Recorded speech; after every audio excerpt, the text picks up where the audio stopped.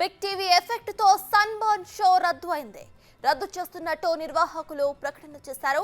ఇప్పటికే book my show వెనక్కి తగ్గింది. వెబ్సైట్ నుంచి బుక్ టికెట్స్ ఆప్షన్ తొలగించేశారు. ఇప్పటికే సన్బర్న్ నిర్వాహకుడు సుమంత్ పై కేసు నమోదైంది.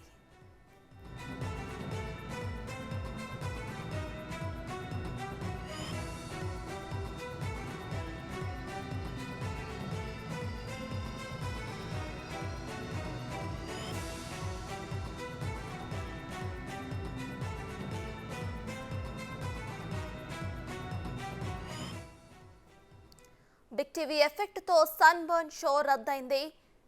అయితే బిగ్ టీవీ సన్బర్న్ షో రద్దు చేయాలని స్పెషల్ కథనాలు అయితే నడిపింది. అయితే ఇప్పుడు ఆ షోను రద్దు చేస్తున్నట్టు నిర్వాహకులు కూడా ప్రకటన చేశారు. ఆ షోలో డ్రగ్స్ సరఫరా అవుతున్నట్టు, డ్రగ్స్ యువత వినియోగిస్తున్నట్టు కూడా ఇప్పటికే పలు ఆరోపణలు ఉన్నాయి. అయితే ఇప్పటికే బుక్ మై షోలో ఇక్కడ బుకింగ్స్ అయితే లేనట్టు బుక్ మై షో చూపిస్తోంది. ఇక వెబ్సైట్ నుంచి కూడా బుక్ టికెట్స్ ఆప్షన్స్ ను తొలగించేశారు అధికారులు. ఇప్పటికే సన్బర్న్ నిర్వాహకుడు సుమంత్ పై కూడా కేసు నమోదైంది. మొత్తం మీద న్యూ ఇయర్ కి సెలబ్రేషన్ గా ఉన్న ఈ సన్బర్న్ షో అయితే ఇప్పటికే రద్దయినట్టు తెలుస్తోంది. అక్కడికి వచ్చే యువత డ్రగ్స్ తీసుకుంటున్నట్టు కూడా పలు సంవత్సరాల నుండి ఆరోపణలు ఉన్నాయి. అయితే ఈసారి సన్బర్న్ షో నిర్వహించకూడదని కూడా బిగ్ టీవీ స్పెషల్ కథనాలను రన్ చేసింది. అయితే బిగ్ టీవీ ఎఫెక్ట్ తో సన్బర్న్ షో రద్దయింది.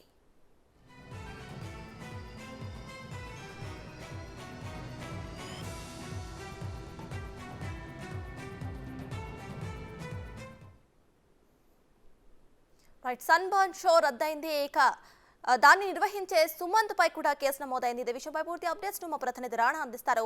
రాణా, చెప్పండి, ఇప్పటికే బిగ్ టీవీ ఎఫెక్ట్ తో సన్బర్న్ షో అయితే రద్దయినట్టు తెలుస్తోంది. సో ప్రెసెంట్ దీనిపై మీ దగ్గర ఉన్న అప్డేట్స్ ఏంటి? ఉదయం నుంచి కూడా అనేక వార్తలు బిగ్ టీవీలో ప్రసారం చేసి సన్బర్న్ గురించి, గతంలో సన్బర్న్ కార్యక్రమంలో జరిగినటువంటి ఇబ్బందుల గురించి కానీ, అక్కడ జరిగినటువంటి ఆ కార్యకలాపాల గురించి కూడా అనేక విధాలుగా కూడా మనం ప్రసారం చేసాము. ఇదే విషయాన్ని కూడా మనం ప్రభుత్వం దృష్టికి కూడా తీసుకెళ్ళాం.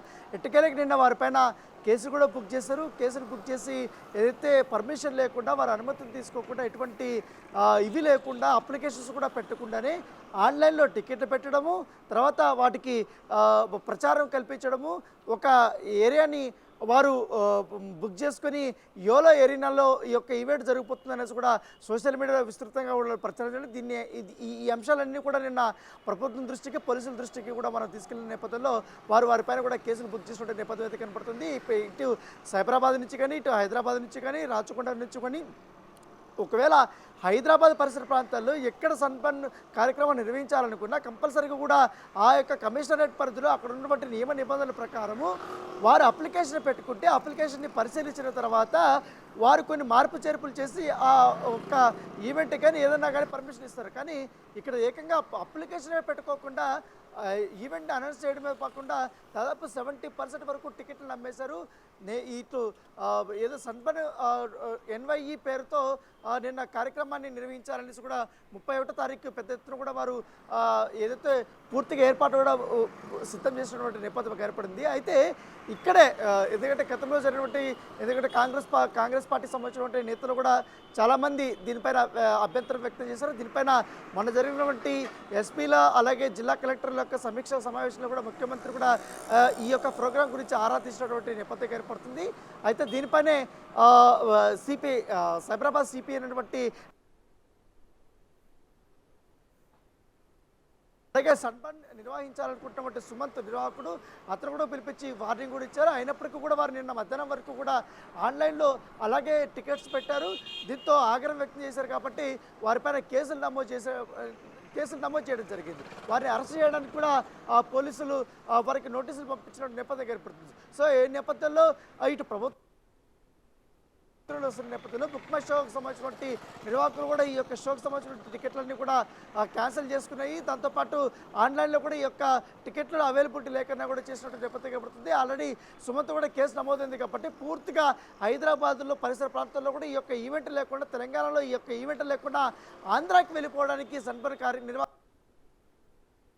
అక్కడ ప్రయత్నిస్తున్నట్టుగా మనకు సమాచారం. అయితే వైజాగ్లో ఒక ప్లేస్ని వాళ్ళు సిద్ధం చేసుకుంటున్నట్టుగా మన సమాచారం. 31st నైట్కి ఎట్టి పరిస్థితుల్లోనూ అక్కడ పెద్ద ఎత్తున కూడా అక్కడ నిర్వహించాలని కూడా భావిస్తున్నారు.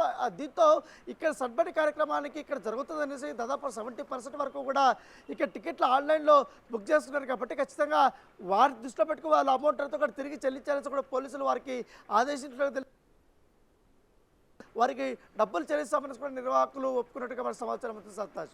Right, thank you Rana.